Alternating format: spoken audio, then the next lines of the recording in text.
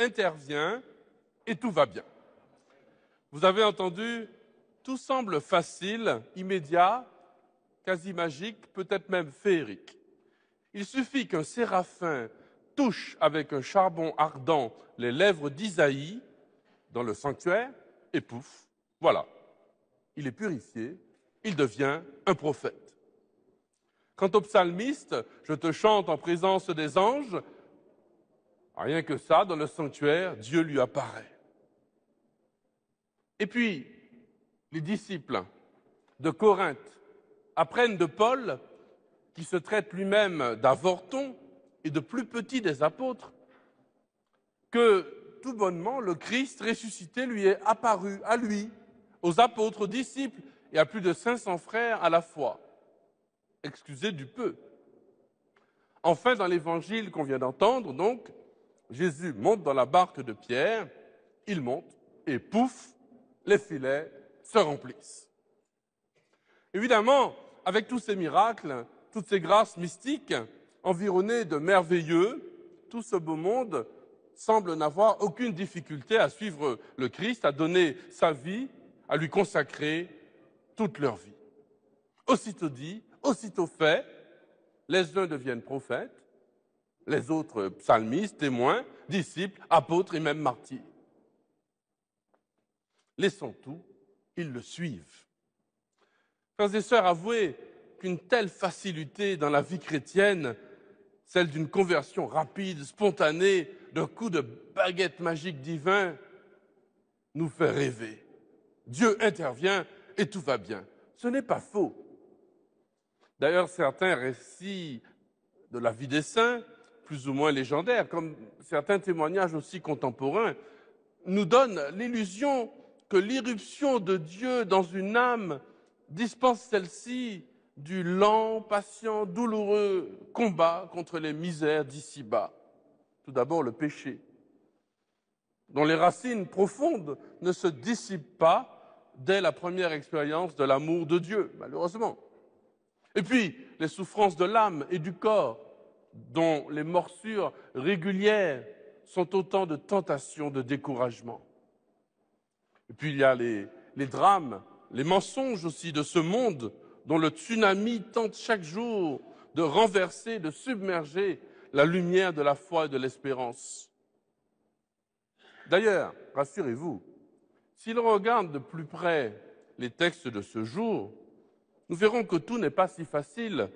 Le prophète, le psalmiste, les apôtres ne nous racontent pas un conte de fées.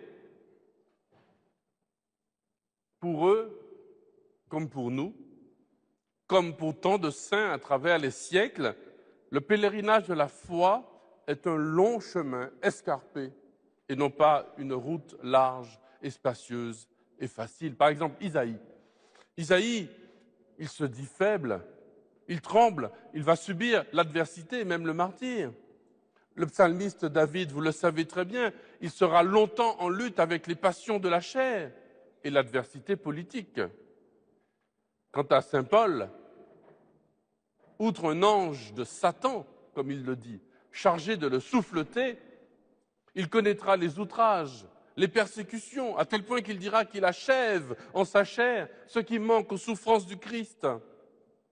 Enfin, les apôtres, à commencer par Pierre, qui suivent si facilement Jésus, comprendront que l'humiliation de l'expérience de leur propre faiblesse est la condition même pour appartenir au Christ et pour devenir disciples. Tous donc apprennent que Dieu vient à nous précisément dans nos misères. Dieu multiplie les alliances, mais sur un chemin qui, après l'illusion des rameaux, nous fait passer par la passion et par la croix jusqu'au tombeau vide de la résurrection. C'est ça, le kérygme, c'est-à-dire l'annonce fondamentale de la foi chrétienne. On l'a entendu dans la bouche de Paul. Ce n'est pas simplement quelque chose qui est annoncé, mais quelque chose qui est renouvelé de siècle en siècle, sur tous les continents, et dans l'Eucharistie, que nous allons célébrer tout à l'heure, et dans notre propre vie, la vie des pauvres, des captifs et des affligés. J'aime bien, frères et sœurs, ce passage de la prière eucharistique numéro 4 que nous allons prier tout à l'heure. Dans ta miséricorde, tu as multiplié les alliances, tu as tellement aimé le monde, Père très saint, que tu nous as envoyé ton Fils unique pour qu'il soit notre Sauveur. Il a vécu notre condition humaine en toutes choses, excepté le péché, coup d'État, annonçant aux pauvres la bonne nouvelle du salut, aux captifs la délivrance, aux affligés la joie. Et pour accomplir le dessein de ton amour, il s'est livré lui-même à la mort et par sa résurrection, il a détruit la mort et renouvelé la vie. Amen. Tout est dit.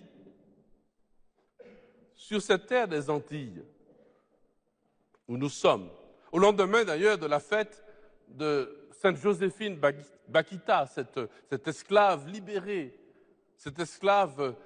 par le Christ et par l'Évangile, alors que les souffrances nouvelles de nos peuples réveillent des blessures et des crimes anciens. Rappelons-nous qu'un peuple, autrefois vendu par les siens, déporté, esclavagisé, humilié par des chrétiens, entre autres, a su trouver dans l'Église et dans l'Évangile seul la source de dignité, de relèvement, de résilience et d'espérance. En ce jour où nous prions aussi pour le monde de la santé et particulièrement pour nos frères malades, je crois devoir redire avec vous, frères et sœurs, le message des prophètes, du psalmiste et des apôtres. C'est le message du jubilé que nous vivons, le message de nos ancêtres, Mamaïla. L'espérance ne déçoit pas. Amen.